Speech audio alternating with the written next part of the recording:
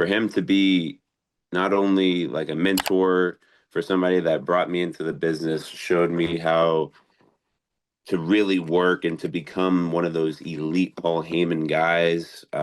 It's an honor, man, and it's a privilege to be having a great relationship to this day with him. You know, I still talk to him very, very often, and he still critiques all my matches.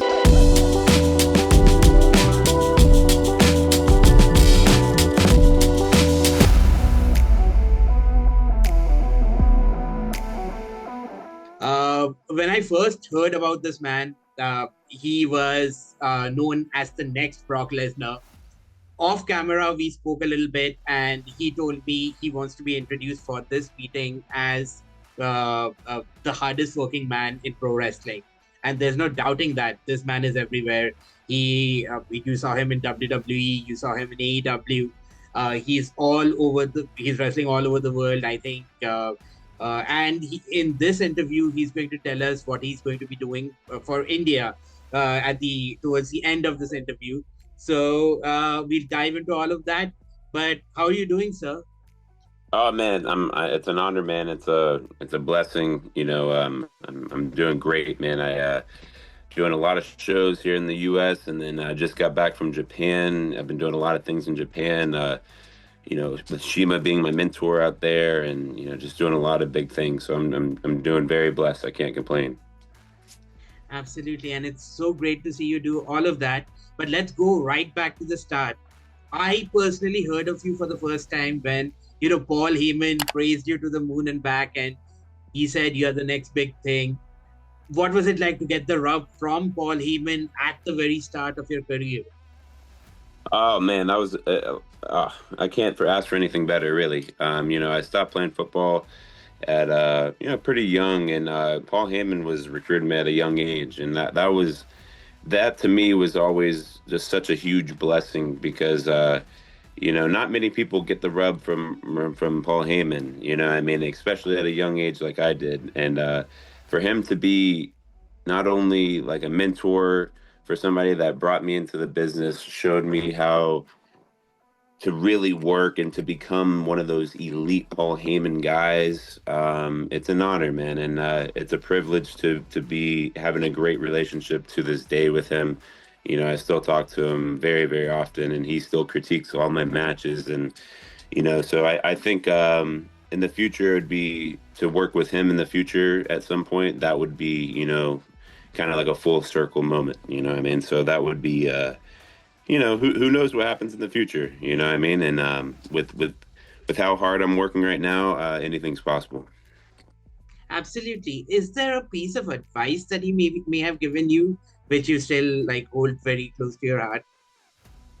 Oh man, he's given me a lot of things for advice wise, mentorship wise, leadership wise, to how to come in the pro wrestling business, because I was coming from football. You know what I mean? So a lot of people come from the indie scene, and I was very, very honored to even get a shot at WWE at such a young age, and I got signed very, very young. So yeah, man. I mean, to this day, he's still giving me pointers to work on and feedback, and to have that, to have Paul Heyman, Hall of Fame, just a complete person that I looked up to when I was younger too, as well. Having that relationship now means the world to me. So, just a fantasy scenario. He's with Seth Rollins, he's with Bronson Reed and Braun Breaker. Would you maybe see yourself as the fourth member of that squad? Oh man, I could see myself fitting in. I could see myself fitting in really wherever they meet me now, and that's where I wouldn't kind of want to talk about. Going into the WWE, I didn't have a character because I was coming from football and I was so new to pro wrestling. You know what I mean? So I was pretty green coming into wrestling. You know what I mean? Because I didn't know, what I mean, how everything worked, and it took me what is it now? About 4 years to fully understand the pro wrestling business. To me, go to multiple tours in Mexico, going with Jeff Jarrett and having these sold out crowds of 20, 30,000 people throwing beer at you and just going crazy, or if it's going in Japan, staying in the dojo for multiple weeks away from everybody, training for 8 hours a day, having big matches, like sacrificing your body, like all these things that I didn't do before I got signed. So I couldn't imagine, you know what I mean, where I'll be in a couple years from now, especially. You know what I mean? I just have to continue to be hard working every single day, putting in the work. And that's not only in the ring, you know what I mean? That goes outside of the ring, film study, watching matches, staying in touch with wrestling these days. A lot of people watch old school stuff, but you got to be in touch with what's going on now. You know what I mean? So just being really fully locked in. I've never been more locked in, I would say, in my life. And I just live, breathe pro wrestling. And like I said, I'm only 4 years in, so obviously I have a lot to learn. I'm not saying I know everything in the world, but I still try to give back and try to do, you know, I mean, seminars and mentorships around, you know, Jacksonville or Florida, just to give back and to show what show the younger group of, you know, what I learned throughout, you know, what I've been through and all the craziness that comes with pro wrestling and what to expect and, you know, things that people never told me, you know what I mean? So that's what I've been just really focused on, man. I completely get that. Do you think there was this kind of unreal pressure on you? Because the moment you came in, maybe because of your look, there were comparisons to Lesnar. And I cannot imagine someone who's from another world, the football world, coming here and, being compared to Brock Lesnar at such a young age. So do you think that put a lot of the weight of expectations on your Um, shoulders? I would probably say maybe early on when I was super young, about like 15, 16, when I was actually playing football and getting compared to Brock. Because when I was first getting compared to Brock, I was so young and I was still in high school. And, you know, I mean, you're so young then and like to be compared to Brock at like such a young age. And he's probably the best athlete of all time with him doing everything. You know, I mean, WWE, NFL, UFC, you know, I mean, the list goes on. So like, to get compared to like probably the greatest athlete, obviously, yeah, of course, when I was younger, but I feel like to this day, you know, it's been about 10, 11 years of, you know, almost every single day somebody says I'm like related to Brock. Are you Brock Lesnar's son? Or, you know what I mean? So it's like 11 years in. I'm like, I get it. You know, I mean, I do get it because the height and weight, you know, I mean, we are very, very similar, but we're also very different, obviously, too. You know, I mean, he's his own beast. You know, I mean, he's possibly the greatest athlete of all time. You know, I mean, one of the greatest pro wrestlers, if that, or if the greatest of all time. And, you know, I mean, so obviously, I don't want to be the next Brock Lesnar. I want to be the one and only Parker Boudreaux. And that's what I've been just really developing this character and just making my own image out of that. So it's so interesting that you say that because Harlan was a complete departure from that. You changed your look, the name itself. I mean, could you tell us how you got the name and did Triple H or Shawn Michaels request you to change your look? I mean, how did that whole thing come about?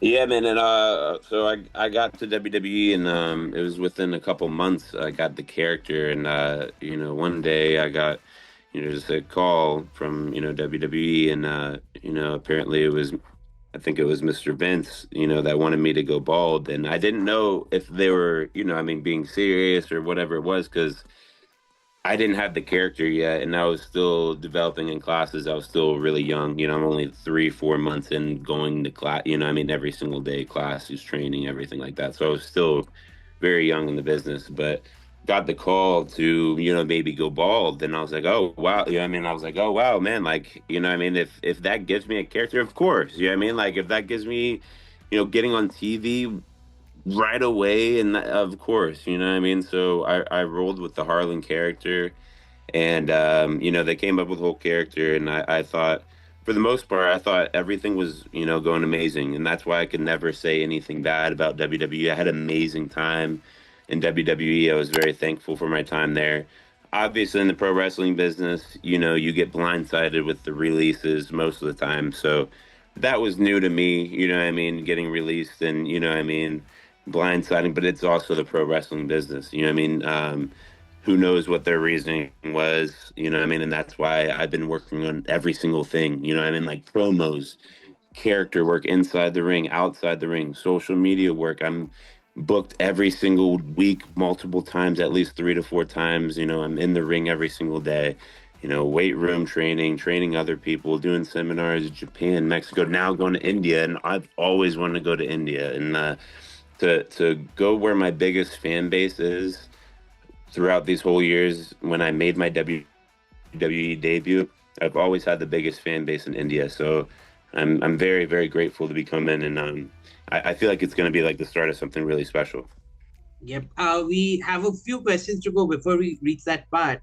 What was it like working with Joe Gacy? Do you think that was like a good kind of partnership? Oh yeah, Joe, man, yeah, he taught me a lot. You know, I mean, we spent a lot of time with each other because we would obviously have to do a lot of promo work together. You know, we would have to do a lot of training and, you know, overtime of staying and doing extra promos and doing extra ring work and whatever it was. He was a, you know, a great mentor looking back at it. And I'm very, you know, happy for him, especially the great things he's doing and accomplishing now, because he's put a lot of sacrifice, you know what I mean, before he got, you know, signed with WWE, and you know, all those crazy death matches and all these, you know, crazy, you know, things that he really, you know, put himself through, and it really paid off big time. So I'm really proud of him. So off camera, you mentioned to me that you're still in touch with a lot of people in WWE right now. So could you elaborate on that?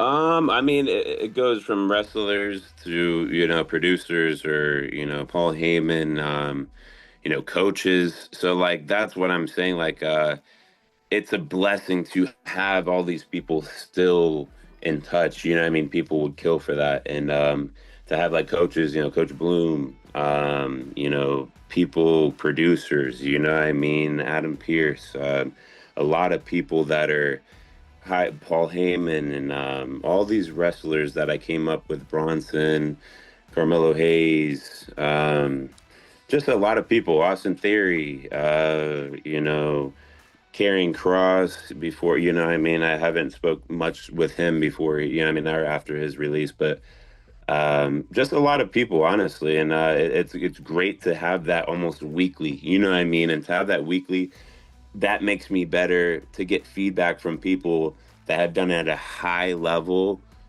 especially like those mentors, you know what I mean, that have done it at a big time, long level. So I'm very, very grateful. I just got to keep it rolling every single day and continue that unmatched hard work. So my final question about your time in WWE, you mentioned Vince McMahon wanted a change in character. Did you ever get to speak to Vince one on one? And if so, what would it? Okay.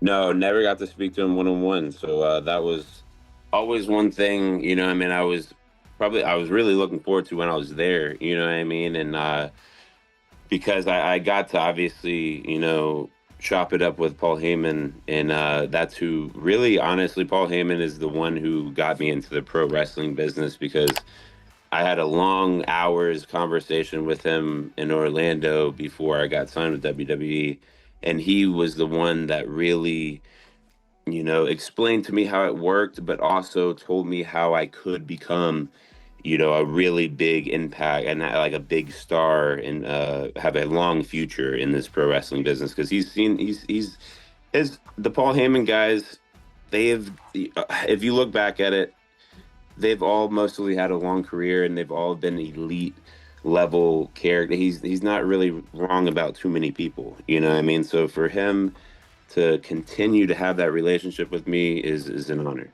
Yeah. I was told by your good friend, my good friend Shanky, that Yeah. there's a new show called Clash, which is coming to India, which is going to be a weekly show. Could you tell us more about GLW and what your role is specifically going to be?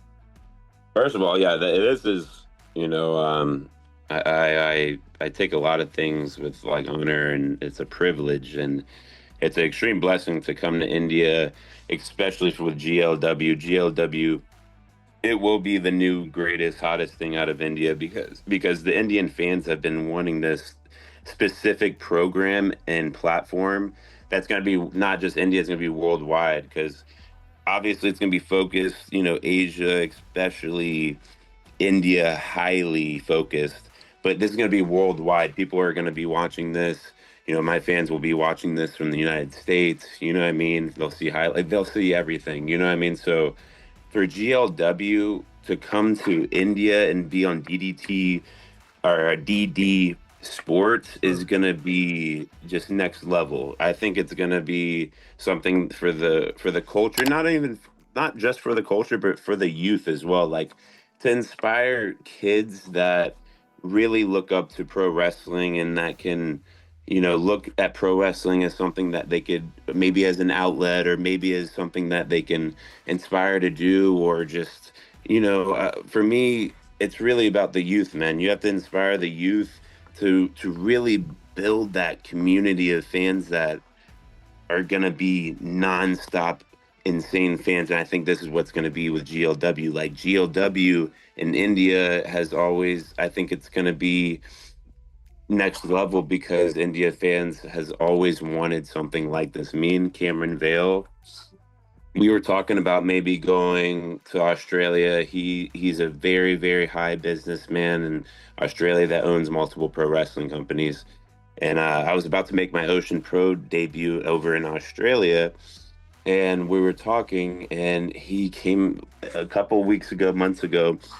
He came up to me with this amazing idea with GLW, and I was in touch with Shanky as well, and we were just talking about how we could maybe bring it to India, because obviously, in my opinion, my fan base is most of it's from India. I'd probably say 20-25% is from India on my Instagram and Twitter. And that's, to me, I would love, like I said, I want to be a part of where my biggest fans are. Like, why would you not want to? So I told him, I was like, dude, my biggest fan base is in India.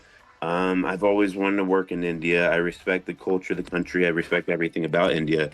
Um, let's make something happen. And he was talking to the businessman over there, and he made this happen. And shout out to Cameron Vale and the great Cali, obviously, for knowing about me. And really, one of the, only Americans to go out there for GLW and represent America in India. So I think it's just going to be next level. I think it's the future of India. I think this is going to be, especially if it's something like me versus, if it, in my brain, the dream would be me versus Shanky in the world championship match. If that can happen, I literally would lose my mind. You know what I mean? If that happened, it would be a historic event in India, because me versus Shanky, that would be that would live on forever. You know what I mean? These are two elite people, that elite athletes, elite pro wrestlers that the world has never really seen